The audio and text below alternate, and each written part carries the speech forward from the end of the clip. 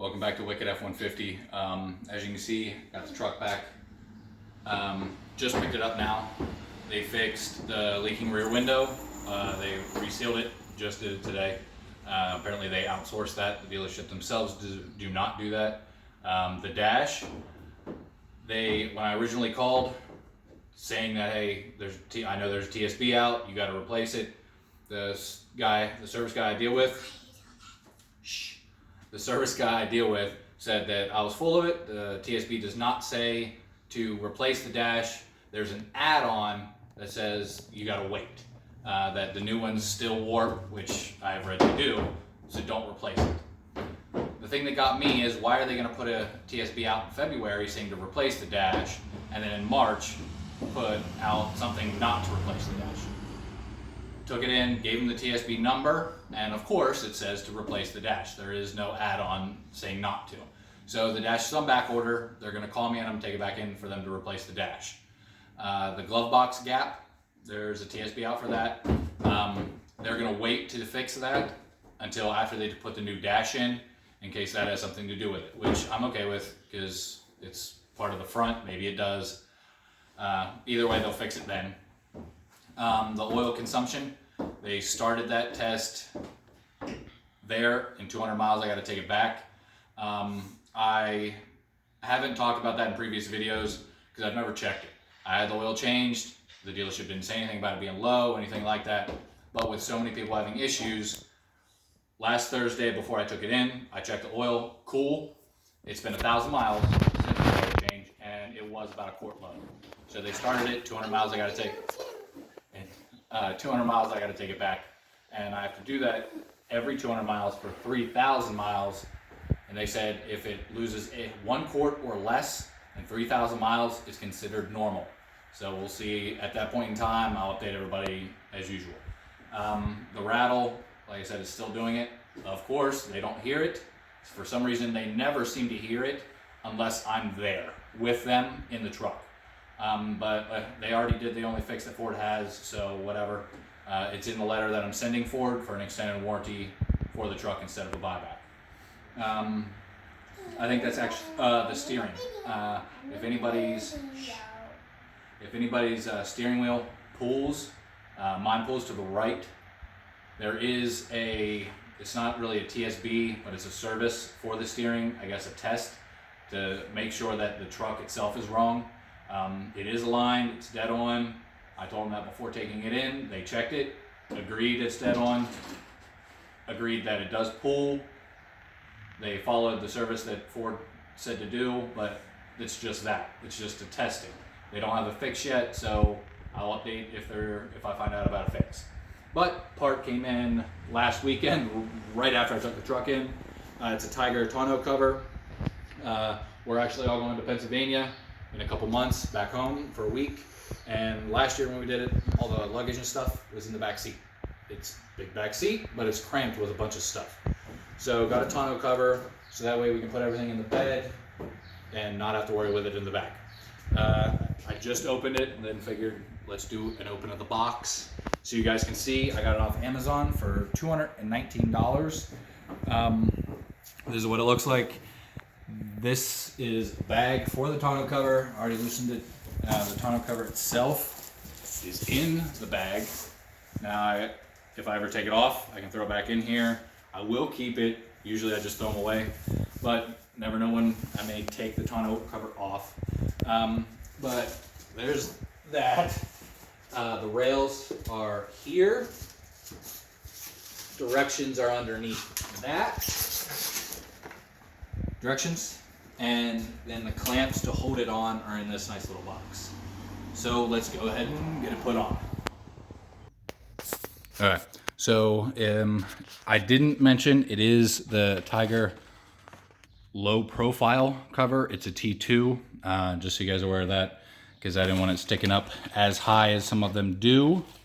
But first step is go ahead and get the rails on both sides.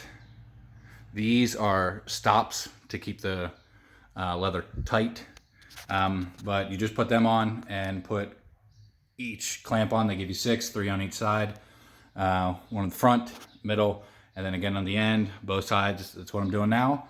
You line them up, then go ahead and tighten them down. So I'll be back. Okay, so like I said, side rails, clamps, both sides, okay? All three of them, got them tight. Now, of course, the next step would be to make sure that these rails, just shocked the hell out of myself. Make sure these rails are the exact same measurement from the front of the bed to the end, the whole way.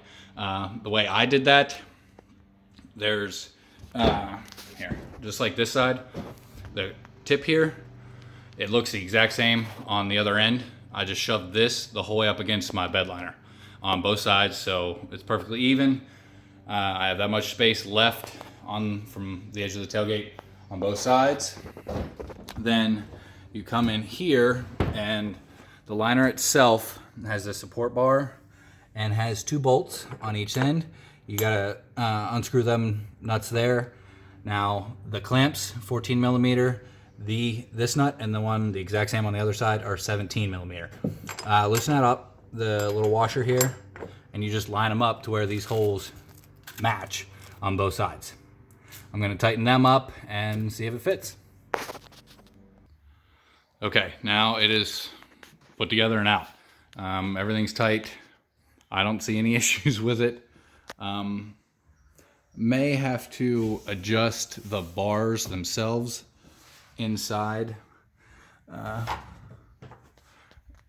If you see those 2 bars there, they are to keep the tension on the cover itself. These straps here is where you can move them. The directions say about a Phillips. That's the only reason you need a Phillips for this entire install. I did not adjust them at all. We're going to see how it does this evening with flapping and anything like that. But it does seem pretty nice. Like I don't see any issues with it. Closes nice. This strap here is how you pop it up, and then you just roll. These here, like I said, are the tension brackets. If you can see the lines there, this is where it came. That's how it came, factory setting, and you can make it tighter. If it gets too loose, starts flowing in the wind or anything like that, you can move them with these 2 nuts. Move this bracket up so it puts more tension on it. But like I said, I just unlatched it, and then you just roll. It's that easy, and it pulls up right there. To close it, you pull it up right to the end. Don't latch it yet. Close your tailgate. Put it in the slots. If you can see on that one, in the slot. Duck the cord down and push, and it is latched. As you can see, it does look pretty tight. There is a little bit. I am kind of worried about the wind, but we will see how that does this evening. But you can put a little bit tighter, of course, so it seals right, to get it the whole way over the edge. Like when I just unrolled it, that's where it unrolled to. You're gonna want to, before you push the Velcro down on both sides, pull it tight the whole way over the edge here. So that way you don't get as much movement from it.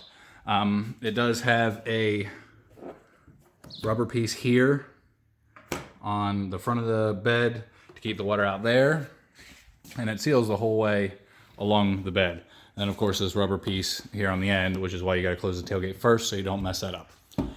Hope you guys liked the video. Have any questions, go ahead and comment below. Hope you all have a great weekend. Don't forget to hit that subscribe button. Check out the channel.